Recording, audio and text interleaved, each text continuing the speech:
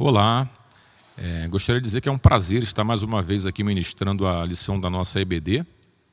Para atualizar você, nós estamos na reta final da nossa revista Compromisso, do primeiro trimestre, do segundo trimestre de 2023. Estamos estudando aqui o Evangelho de Lucas. E antes de estudar, gostaria que você desse uma parada onde você estivesse agora. E nós estaremos elevando nossos pensamentos a Deus em oração, agradecendo e pedindo a Ele para que possa estar conduzindo esse estudo. Vamos orar? Muito obrigado, Senhor, mais uma vez por podermos estar na Tua casa, Senhor, com nossos irmãos aqui, os irmãos que estão em suas casas também, com o objetivo de Te louvar, de Te adorar e estudar a Tua palavra, Senhor. Venho que pedir que nessa hora o Senhor possa estar falando aos nossos corações, todas as palavras, todas as imagens, tudo possa ser para a sua honra, para o louvor e para a sua glória, Pai. Muito obrigado por tudo, venha nos capacitar mais uma vez, Senhor. Que a sua palavra possa ser espada, Senhor, que penetra, Senhor, entre a divisão da alma e do espírito, Senhor, e ela possa trazer mudança onde ela chegar, Senhor. Muito obrigado por tudo. Te peço e agradeço, e mais uma vez eu te peço que esteja conduzindo esse estudo. Em nome de Jesus, amém. Então, hoje nós estaremos estudando os dois últimos capítulos do Evangelho de Lucas. E, como nós já falamos aqui em outras oportunidades, o Evangelho é o texto em que é narrado a trajetória da vida de Jesus quando estava aqui na Terra como humano, né? Então, nos Evangelhos, são 4 Evangelhos, né? Evangelho de Mateus, de Marcos, de Lucas e de João. Nós vemos ali o nascimento de Cristo, nós vemos parte da sua infância, nós vemos o seu batismo, o seu ministério, a sua morte e a sua ressurreição e a sua ascensão.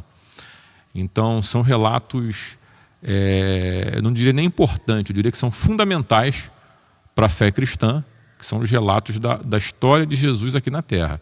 E hoje nós estamos estudando o desfecho, segundo o Evangelho de Lucas. Nós estaremos estudando o julgamento de Cristo, a sua crucificação, depois a sua morte, a sua ressurreição, a aparição para alguns discípulos, para os seus discípulos. A gente vai ver também o episódio do caminho de Emaús e a sua ascensão aos céus. Então é um texto muito importante. Eu friso aqui mais uma vez que Lucas ele teve um cuidado bastante extremo com o seu texto. Quando nós lemos logo no primeiro capítulo do Evangelho de Lucas, a gente vê um cuidado bastante minucioso. Lucas ele busca as fontes primárias para saber da história, assim, os relatos mais fidedignos da história de Jesus. Então é um evangelho que para nós cristãos ele é muito importante, é muito rico. Tem informações aqui bem detalhadas, bem precisas, que só estão nesse evangelho. Então, queria pedir a tua atenção nesse momento, tá? Então, nós vamos começar lendo o Evangelho de Lucas. Nós vamos começar no capítulo 23. Peço a você que abra a sua Bíblia. Nós vamos lendo o Evangelho de Lucas. A lição de hoje seria a lição 12. Jesus matou a morte. Ao final, nós vamos fazer algumas considerações com respeito a esse título bastante sugestivo, tá? Então, quando a gente pega o Evangelho de Lucas no seu capítulo 23, nós vamos ler do versículo 1 ao 26, a gente vai ler as questões relacionadas ao julgamento de Jesus. Tá bom? Vamos lá, então? Evangelho de Lucas, capítulo 23, de 1 a 26. A gente vai lendo, vai comentando alguns episódios que a gente achar mais importantes, tá bom? Lembrando que são 2 capítulos que nós vamos estudar hoje e são muitas histórias que acontecem nesse capítulo. Eu vou tentar condensar ao máximo por causa do nosso tempo. Então vamos lá. Levantando-se toda a assembleia, levaram Jesus a Pilatos.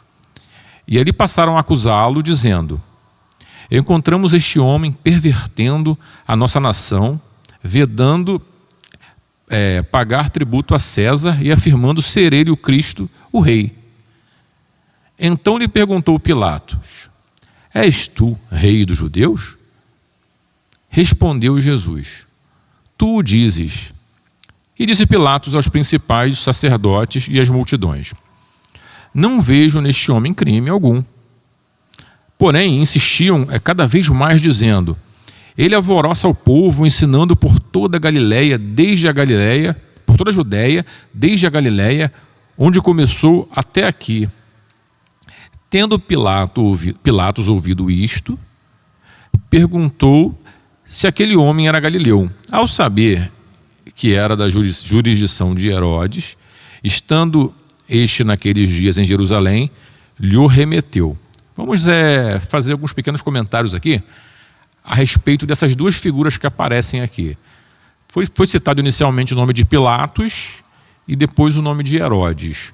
Naquele momento, convém lembrar que politicamente Jerusalém, Israel, era dominado pelo Império Romano, pelo governo romano.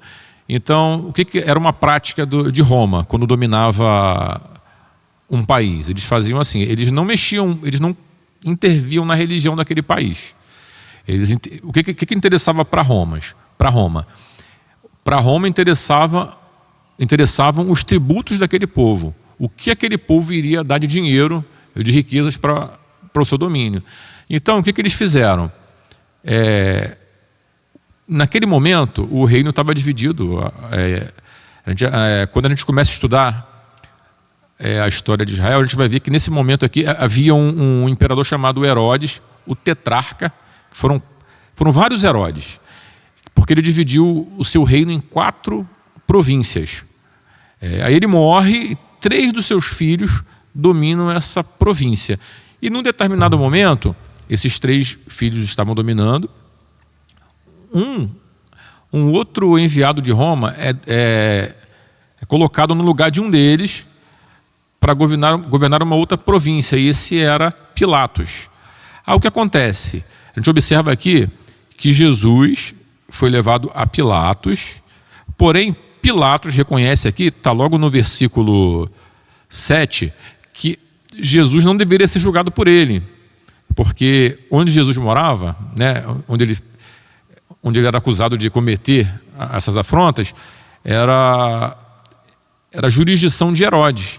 Então, o que Pilatos faz? Ele fala assim: não, isso não é comigo, esse homem não é da minha jurisdição, ele não está nas minhas províncias. Então, eu vou enviar ele para Herodes. Aí Herodes vê o que tem que fazer com ele lá. Aí Herodes examina Jesus, a gente vai ver agora, no versículo 8 em diante. Herodes, vendo a Jesus, sobremaneira se alegrou, pois havia muito queria vê-lo, por ter ouvido falar a seu respeito.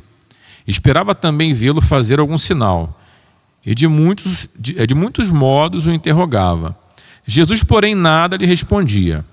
Os principais sacerdotes e escribas ali presentes o acusavam com grande veemência. Então preste atenção em quem acusava Jesus e de que maneira. Está falando aqui dos sacerdotes, não os sacerdotes, os principais sacerdotes, né? E os escribas.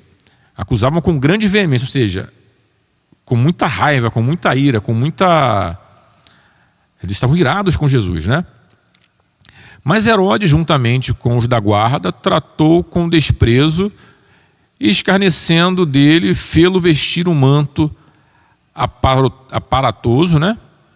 E o devolveu para Pilatos. Naquele mesmo dia, Herodes e Pilatos se reconciliaram, pois antes viviam inimizados um com o outro. Então a gente vê aqui, num primeiro momento, Pilatos analisa o caso e diz: não é da minha jurisdição, não estou vendo problema nenhum aqui, vou mandar para Herodes. Herodes olha e fala: não é comigo, não estou vendo nada com ele aqui, manda para Pilatos de novo. Aí no meio do caminho o texto fala até, curiosamente, que eles estavam brigados, né? E eles voltam a se falar. Aí Jesus volta para Pilatos, que por sua vez prossegue, né, o julgamento de Cristo. Versículo 13 em diante. Então, reunindo Pilatos, os principais dos sacerdotes, as autoridades e o povo, disse-lhes: apresentaste-me este homem como um agitador do povo, mas tendo interrogado na vossa presença, nada verifiquei contra ele dos crimes que vocês os acusam, né? o acusam. Nem tampouco Herodes, pois me tornou a enviá-lo. É, pois, claro que não há nada contra ele, digno de morte. Portanto, após castigá-lo, soltá-lo-ei. E era-lhe forçoso soltar-lhes um detento por ocasião da festa. Toda a multidão, porém, gritava: fora com este, solta-nos Barrabás. Barrabás estava no cárcere por causa de uma sedição na cidade e também por causa de um homicídio. O que seria essa sedição? Ele liderou um motim contra o Império Romano, entendeu? Ele fez uma espécie de... Ele foi um revolucionário. E por isso ele foi preso, além de ser um homicida. Desejando Pilatos soltar Jesus, insistiu ainda. Eles, porém, mais gritavam: crucifica-o, crucifica-o. Então nós estamos vendo aqui os principais dos sacerdotes, mais uma vez, junto com os escribas, aqueles responsáveis por escrever a lei, por copiar a lei, com veemência, com agressividade, pedindo assim, clamando pela morte de Jesus, tá? E Pilatos, mais uma vez, dizendo: eu não estou vendo nada. Aí na cabeça de Pilatos ele pensou, ele falou na verdade isso, eu vou surrá-lo e depois eu solto ele. Só que existia um costume naquela época de soltar um detento nessa data. Aí ele foi meio que forçado a fazer aquilo, pela pressão que o povo estava exercendo sobre ele, principalmente esses sacerdotes aí, os principais dos sacerdotes e os escribas. Versículo 23, Mas eles insistiam com grandes gritos, pedindo que fosse crucificado, e o seu clamor prevaleceu. Então Pilatos decidiu atender-lhes, e soltou aquele que estava encarcerado, no caso Barrabás, né, a quem eles pediram, e quanto a Jesus, o entregou à vontade deles. Então a gente vê aqui que Jesus foi crucificado, Pilatos foi o instrumento para crucificá-lo, porém a pedido do próprio povo, dos fariseus, né, daqueles que guardavam a lei, dos principais dos sacerdotes e dos escribas. Seguindo o nosso relato, nós vamos agora para a parte da crucificação. Quando nós passamos para o versículo 27, nós vamos ver a famosa Via Crucis, né? A via dolorosa, o caminho de Jesus até a cruz. E o relato diz assim, a partir do versículo 27. Seguia-o numerosa multidão de povo e também mulheres que batiam no peito e lamentavam. Porém Jesus, voltando para elas, disse: filhas de Jerusalém, não chores por mim, não choreis por mim, chorai antes por vós mesmas e por vossos filhos, porque dias virão em que se dirá: bem-aventuradas as estéreis, que não geraram nem amamentaram. Nesses dias dirão aos montes: cai sobre nós, as outeiros, cobri-nos, porque se em lenho verde faziam isto, que será do lenho seco? E também eram levados outros que eram malfeitores para serem executados com ele. Então a gente vê Jesus falando até na hora da sua morte. Ele fala a respeito do que iria acontecer depois, lá no ano 70, né, com a destruição de Jerusalém. Que ele diz: ai das grávidas naquele dia, não é isso? Seguindo o texto, versículo 33, nós vemos o ato da crucificação. Versículo 33 em diante. Quando chegaram a um lugar chamado Calvário, que quer dizer o Monte da Caveira, e cabe ressaltar aqui que a expressão de caveira, né, ela é bem sugestiva, né? Quando a gente vê um veneno, já observaram, meus irmãos, em alguma vasilha que tem algum veneno, que aquilo é tóxico, qual o símbolo que tem ali? É uma caveira, é o símbolo da morte, né? Então, quando chegaram a um lugar chamado Calvário, ali o crucificaram, bem como aos malfeitores, um à direita, outro à esquerda. Contudo, Jesus lhe dizia: Pai, perdoa-lhes, eles não sabem o que fazem. Então, repartindo as suas vestes, lançaram sorte entre elas, né? E o povo que estava ali observava tudo. Também as autoridades zombavam dele e diziam: salvou aos outros e a si mesmo, por que não salva a si mesmo? Se é de fato o Cristo de Deus, o escolhido. Igualmente, os soldados escarneciam e, aproximando-se, trouxeram vinagre, dizendo: se tu és o rei dos judeus, salva-te a ti mesmo. Também sobre ele estava esta epígrafe, né? Estava a frase dizendo assim: este é o rei dos judeus. Por quê, meus irmãos?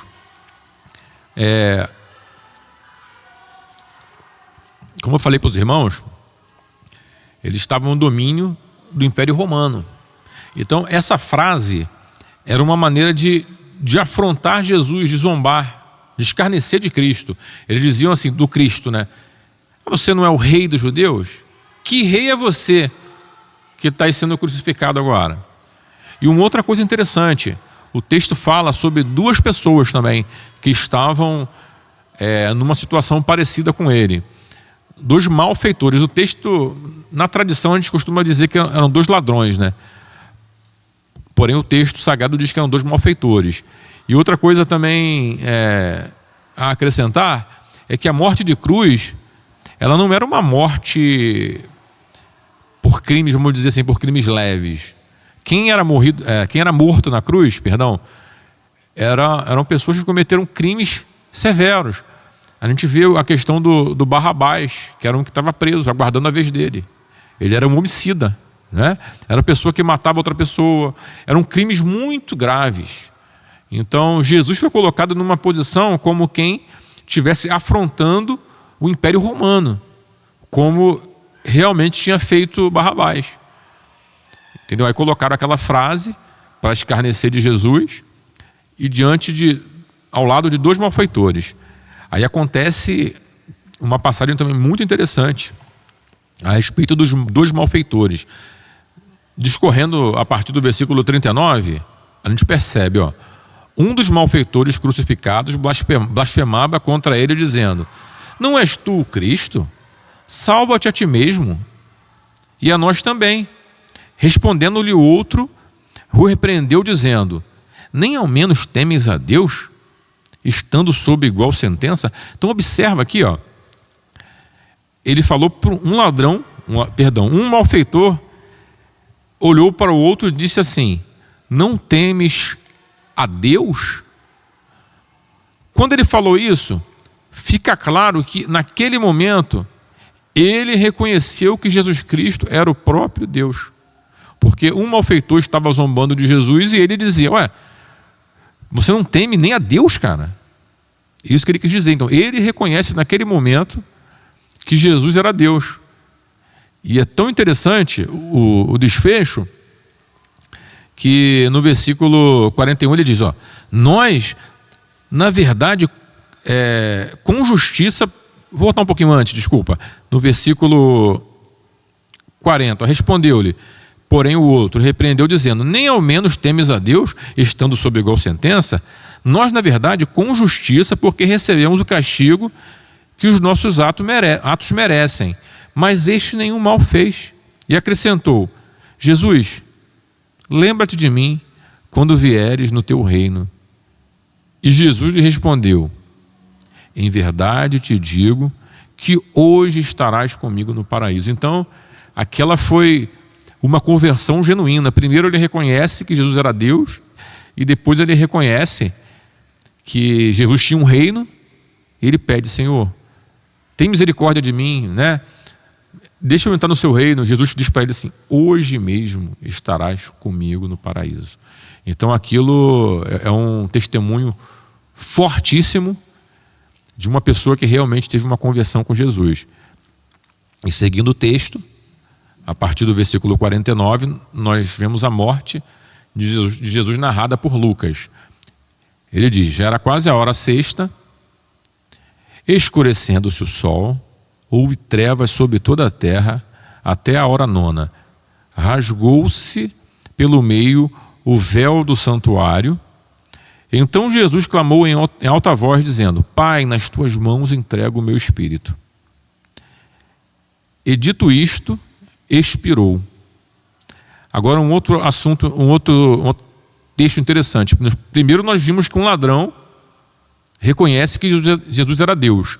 E agora, ó, no versículo 47, vendo o centurião o que tinha acontecido, deu glória a Deus, dizendo: verdadeiramente este era o justo. Esse centurião, o que era um centurião? Um centurião era um oficial romano que ele era responsável por uma centúria, por 100 soldados. Era um batalhão de 100 soldados, vamos dizer assim. E ele era romano, era uma pessoa poderosa. Então ele é o primeiro a reconhecer, segundo o relato de Lucas, realmente este era um homem justo. E todas as multidões reunidas para aquele espetáculo, vendo o que havia acontecido, retiraram-se a lamentar, batendo nos peitos, um sinal de lamento, né? Entretanto, todos os conhecidos de Jesus e as mulheres que o tinham seguido na Galileia permaneceram a contemplar de longe essas coisas. Outra coisa interessante aqui, meus irmãos, é o que aconteceu na hora que Jesus expira. Quando nós vamos para o Evangelho de Mateus, nos capítulos 27, vamos abrir aqui, ó, ele relata com um pouco mais de detalhes. Ele fala assim, ó,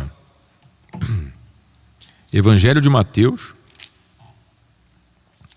capítulo, eu falei 27, né? Mas é o capítulo, 27 mesmo, tá certo, ó. Versículo 50, 27 e 50, Evangelho de Mateus 27 e 50. Jesus, clamando outra vez, com grande voz, rendeu o espírito. Aí a partir do versículo 51, e eis que o véu do templo se rasgou em dois, de alto a baixo, e tremeu a terra, e fenderam-se as pedras, e abriram-se os sepulcros, e muitos mortos, corpos de santos que dormiam, foram ressuscitados, e saindo do sepulcro depois da ressurreição dele, entraram na cidade santa e apareceram a muitos. Aí o centurião, de novo, né, e os que com ele guardavam Jesus, vendo o terremoto e as coisas que haviam sucedido, tiveram um grande temor e disseram: verdadeiramente este era o Filho de Deus. Quando nós estudamos o Antigo Testamento, principalmente quando a gente estuda a lei, os 5 primeiros livros da Bíblia, nós vamos ver lá a história da construção do tabernáculo e mais à frente, na história do povo de Israel, a construção do templo. Então existia um objeto, vamos dizer assim, que era chamado de véu. O que era o véu? O véu era uma espécie de uma cortina bastante espessa que fazia a separação de quem estava do que a gente chama de... Era um espaço chamado de Santo dos Santos, né? Então o sacerdote ele só podia entrar nesse lugar uma vez por ano, o sumo sacerdote, e para isso ele ficava 1 ano se purificando. E qual era a função? O sacerdote entrava depois dessa cortina, nesse lugar, para fazer o que se chamava de propiciação, para pedir perdão pelos pecados do povo durante 1 ano. Então, durante 1 ano, todo ano era feito esse ritual. Esse ritual era feito. E para isso era sacrificado um cordeiro, o sangue do cordeiro precisava ser derramado, era oferecido a Deus aquele cordeiro em holocausto, e aquele cordeiro, ele era o cordeiro da expiação dos pecados. Até hoje, nós usamos uma expressão muito comum que a gente fala o bode expiatório, né? Então, o que é o bode expiatório? A pessoa que recebe esse título. O bode expiatório seria o que a gente chama de a pessoa que está pagando pelo erro dos outros, né? Esse é o bode expiatório. Então, o cordeiro da expiação, né? Ele era oferecido a sua vida para que o pecado do povo fosse perdoado.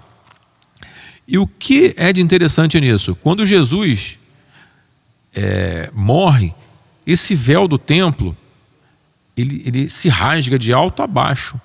Qual o significado disso? O significado é o seguinte: a partir de agora, não existe mais barreira entre o pecador e o próprio Deus. A partir de agora, o pecador tem acesso direto ao Pai. O apóstolo Pedro, em uma de suas cartas, ele diz que vós sois nação santa, geração eleita, e uma expressão que ele usa assim: nós somos sacerdócio real. O que significa o sacerdócio? O sacerdote era aquela pessoa que se prostrava e oferecia o sacrifício, e ele que falava com Deus, pedindo perdão para o pecado do povo. Então, a partir de agora, com a ruptura desse véu, o significado é o seguinte: Jesus é o Cordeiro, daí a expressão, o Cordeiro de Deus que tira o pecado do mundo. Por quê? Porque através do sacrifício de Jesus, do sangue dele foi derramado, e foi tão poderoso a ponto de romper o véu daquele templo. E por isso nós temos acesso direto ao Pai. Foi pela morte de Cristo. Então, um outro texto também na carta, no livro aos Hebreus, diz que para que se haja uma nova aliança, era necessário que houvesse o derramamento de sangue. Então, naquele momento ali, nós estamos inaugurando, o Deus inaugura, através da morte de Jesus, um novo acordo, uma nova aliança. A partir de agora, para que o homem tenha perdão dos seus pecados, ele não precisa mais sacrificar um animal, porque Jesus, o Cristo, a partir daquele momento ele se torna o Cristo. O Cristo é aquele que se sacrificou. Então, a partir daquele momento, nós temos um acesso ao Pai. E isso é tão importante que, segundo as outras culturas, por exemplo, quando nós estudamos a cultura grega, com certeza os irmãos já ouviram falar no Monte Olimpo, né? Que segundo a cultura grega, a religião grega, os deuses ficavam nessa montanha. E toda vez que um deus descia, era para matar, para dizimar a humanidade, era para acabar com a colheita. Então esse era o pensamento dos gregos, né? E qual era não só dos gregos, mas outras religiões, a maioria das religiões. A diferença do cristianismo para outras religiões é o seguinte: Jesus, ele veio, ou seja, Deus, quando nós lemos o Evangelho de João, nós lemos lá no primeiro capítulo que o Verbo se fez carne e habitou entre nós. Jesus se fez homem, Deus se fez homem e habitou entre nós. Ou seja, a divindade vem até a humanidade não para punir a humanidade, como acontecia nas outras culturas pagãs. Nós vemos, por exemplo, uma entidade no Antigo Testamento em que os pagãos ofereciam o seu primogênito no fogo por aquela entidade. Então o Deus deles, dos pagãos, exigia sacrifício de pessoas. E Jesus vem numa outra proposta: não, eu venho, mas eu sou o sacrifício. Entendeu? Então o que o cristianismo se difere das principais religiões? O cristianismo, o próprio Deus, ele vem e se entrega para salvar a humanidade. Ele não vem aqui para cobrar sacrifício de ninguém, ele não vem aqui para cobrar, exigir nada, ele vem para se doar em resgate de muitos. E no Evangelho de João, capítulo 3, no versículo 16, que é considerado o texto principal da Bíblia, né? Diz: porque Deus amou o mundo de tal maneira, ele amou o mundo, a humanidade de tal maneira, que enviou o seu Filho para que todo aquele que nele crê tenha vida eterna. Não pereça, mas tenha vida eterna. Então, seguindo a narrativa, Jesus morre, né? E agora nós vamos falar sobre o sepultamento de Jesus, a partir do versículo 50. E eis que certo homem chamado José, membro do Sinédrio, homem bom e justo, natural de Arimateia, cidade dos judeus, e que esperava o reino de Deus, tendo procurado Pilatos, pediu do corpo de Jesus, tirando-lhe do madeiro, envolveu-lhe num lençol de linho e o depositou num túmulo aberto em rocha, onde ainda ninguém havia sido sepultado. E era dia da preparação, e começava no sábado. E as mulheres tinham vindo da Galiléia com Jesus, seguindo, viram o túmulo com o corpo fora ali depositado, como o corpo fora ali depositado, então se retiraram para preparar aromas e bálsamos, e no sábado descansaram, segundo o mandamento. Então, era uma sexta-feira, né? O que a gente costuma falar sobre a sexta-feira da paixão, né? E no sábado seguinte, foi o segundo dia, que foi o dia do descanso. Então, a gente vê agora um período crucial, que era o domingo, né, que a gente chama de o terceiro dia, que foi o dia marcante para todo o cristianismo. Houveram vários eventos marcantes. O primeiro deles foi o nascimento, a anunciação, o nascimento, o ministério, o batismo, a morte, e agora nós vamos para aquilo que é a garantia da nossa salvação, o momento da ressurreição. Vamos ler agora no capítulo seguinte, o capítulo 24, versículo de 1 em diante, até o 12. Mas do primeiro dia da semana, então lembram, ele morreu numa sexta, sábado eles descansaram, né? E agora era domingo, o terceiro dia. E domingo era o terceiro dia da morte de Jesus, mas domingo é o primeiro dia da semana. Leamos, mas no primeiro dia da semana, alta madrugada, foram eles ao túmulo levando aromas que haviam preparado e encontraram a pedra removida do sepulcro. Ao entrarem, não acharam o corpo de Jesus. Aconteceu que, perplexas, as mulheres, né? Apareceram-lhe 2 varões com vestes resplandecentes, estando elas possuídas de temor, baixando os olhos para o chão, eles lhes falaram: por que buscais entre os mortos ao que vive? Ele não está aqui, mas ressuscitou. Lembrai-vos de como vos preveniu, estando ele na Galiléia, quando disse: importa que o Filho do Homem seja entregue na mão dos pecadores e seja crucificado e ressuscite ao terceiro dia. Essa menção a gente encontra também em várias, no Evangelho de Mateus, no Evangelho de Marcos, de Lucas. Seguindo, versículo 8.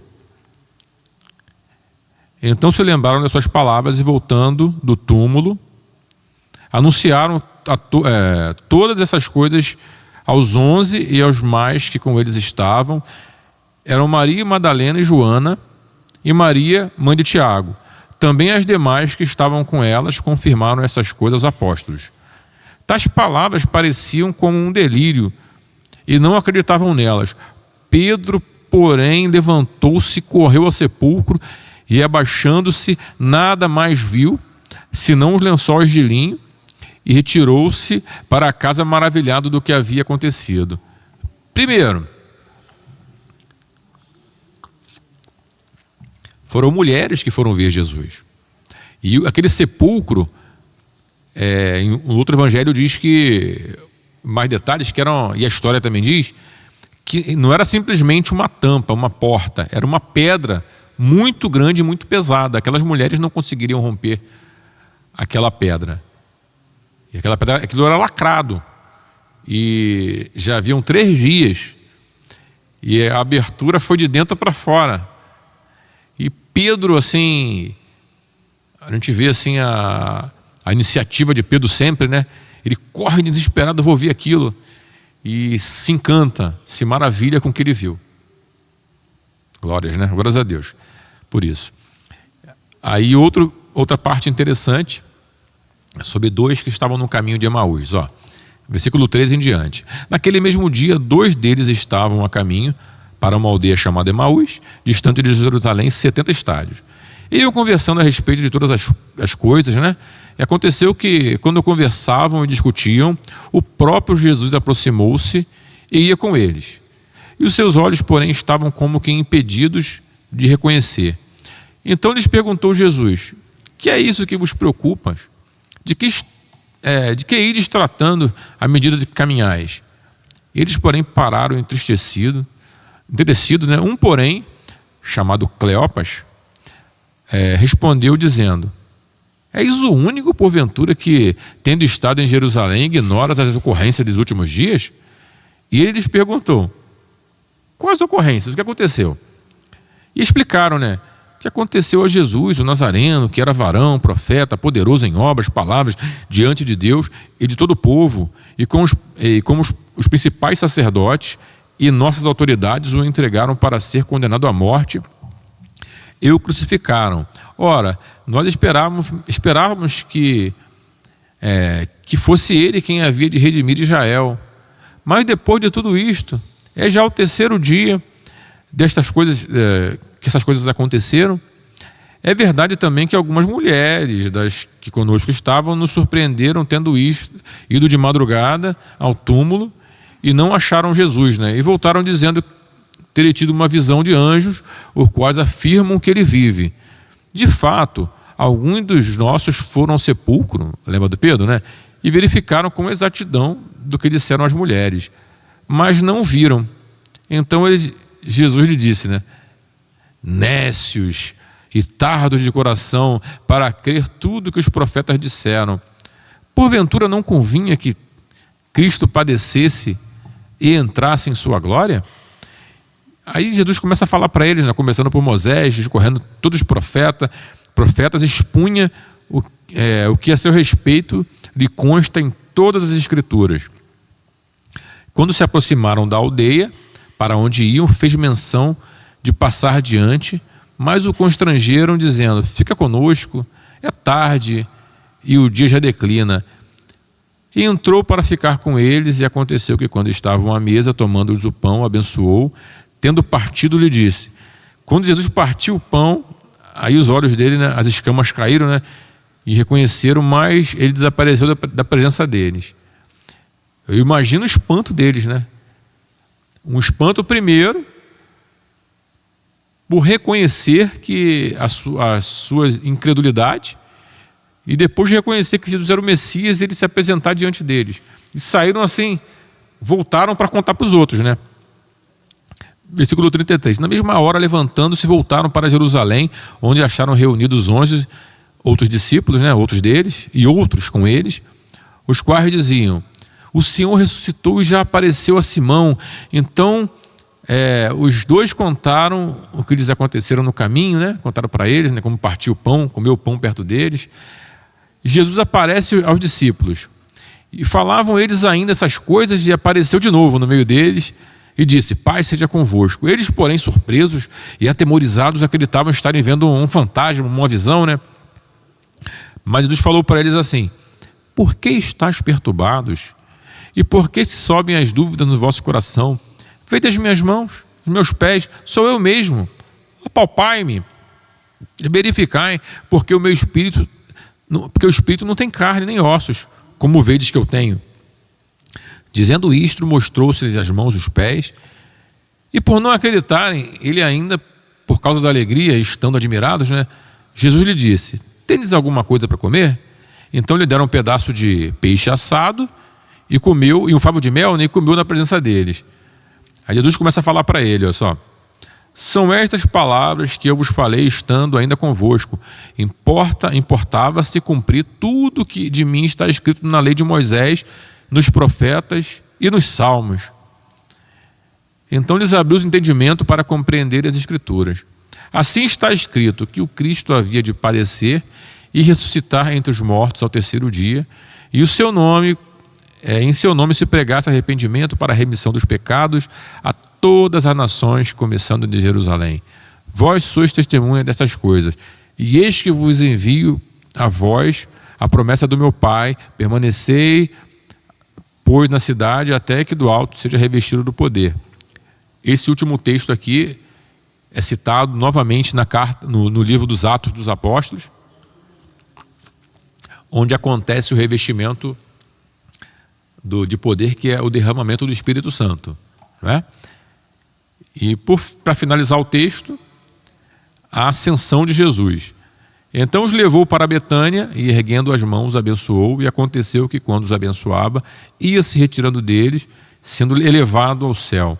Então eles, adorando, voltaram a Jerusalém tomados de grande júbilo, de grande alegria, e estavam sempre no templo louvando a Deus. Para fechar nossa lição, eu gostaria de fazer uma citação de uma música do poeta Sérgio Lopes. O nome da música é Amor Sem Fim. O Sérgio, ele faz a seguinte declaração, logo no dos primeiros versos da música. Ele diz assim: quero o teu amor para entender que as flores nunca vão nascer sem que exista uma semente para oferecer sua própria vida em troca por amor. Eu queria que você refletisse comigo a respeito de uma experiência muito comum nas escolas com nossas crianças. A minha filha, uns anos atrás, acho que 1 ou 2 anos atrás, ela fez uma experiência que era a experiência do feijão. O que consiste essa experiência? A criança pega um feijão e acomoda esse feijão num chumaço de algodão e põe esse algodão com o feijão dentro de um copo com água. E durante os dias que vão passando, ela acompanha o desenvolvimento daquela semente. Aí o final da experiência é o seguinte: ela vai tirar aquele algodão e vai ver que aquela semente, ela se abriu e daquela semente surgiu um pé de feijão. O que é interessante? Para que se haja um pé de feijão, foi necessário que uma semente de feijão se sacrificasse. Se aquela semente ela não se rompesse, não haveria um pé de feijão ali. Então, da mesma forma, acontece com a nossa vida. Para que nós tenhamos a vida eterna, foi necessário que o Filho de Deus se entregasse por nós naquela cruz, daquela maneira, para que a partir dele, ele como primogênito, ele gerasse a vida. Então, meus irmãos, que depois de todos esses estudos aqui, nós sejamos sempre gratos a Deus, a Jesus pelo sacrifício dele, porque a gente sabe que ele não precisava ter feito isso assim, ele era Deus, mas ele quis passar por isso. E uma outra expressão que o autor da lição diz, ele fala o seguinte, que Jesus era imatável. O que ele quis dizer com isso? Quando a gente estuda a respeito do pecado na Bíblia, a gente escuta o seguinte, que o pecado ele gera a morte, não é isso? Jesus pecou? Não. Então, se ele não pecou, nós cremos que na pureza de Jesus, na eterna pureza de Cristo, então se ele não pecou, ele não precisava morrer. A morte não estava sobre ele, mas ainda assim ele não recuou. A gente percebe num determinado momento da crucificação o lado humano dele, né? Na oração que ele faz: Pai, se possível, passa de mim esse cálice. Mas em nenhum momento ele recuou. Ele poderia sair daquela cruz, né? Ele era Deus, ele tinha poder. Ele sofreu escárnio, zombaria, violência física. Ele foi perfurado, uma cruz de espinho, uma frase de zombaria, mas em nenhum momento ele saiu da cruz. Ele padeceu e através da sua morte nós temos vida. Então, seja grato, entregue a sua vida a Jesus, porque se a gente espera alguma coisa desse mundo, é alcançar esse reino de Jesus, como aquele malfeitor que estava do lado dele na cruz e disse, né: Senhor, que eu tenha acesso ao teu reino, né? Deixa eu entrar no teu reino. E Jesus, o mesmo Jesus que disse para ele: hoje mesmo estará comigo no paraíso, ele também diz para você: basta você abrir o seu coração e entregar a sua vida para ele. Então, a partir disso, eu Desejo sinceramente que o Senhor possa estar abençoando a sua vida e que o Espírito Santo de Deus possa estar alcançando o seu coração, onde quer que você esteja, em qualquer lugar, o tempo que você estiver, que a palavra de Deus possa estar sendo semeada no seu coração e que o Senhor possa ter misericórdia da sua vida, tá bom? E você entregue sua vida para Ele. Deus abençoe.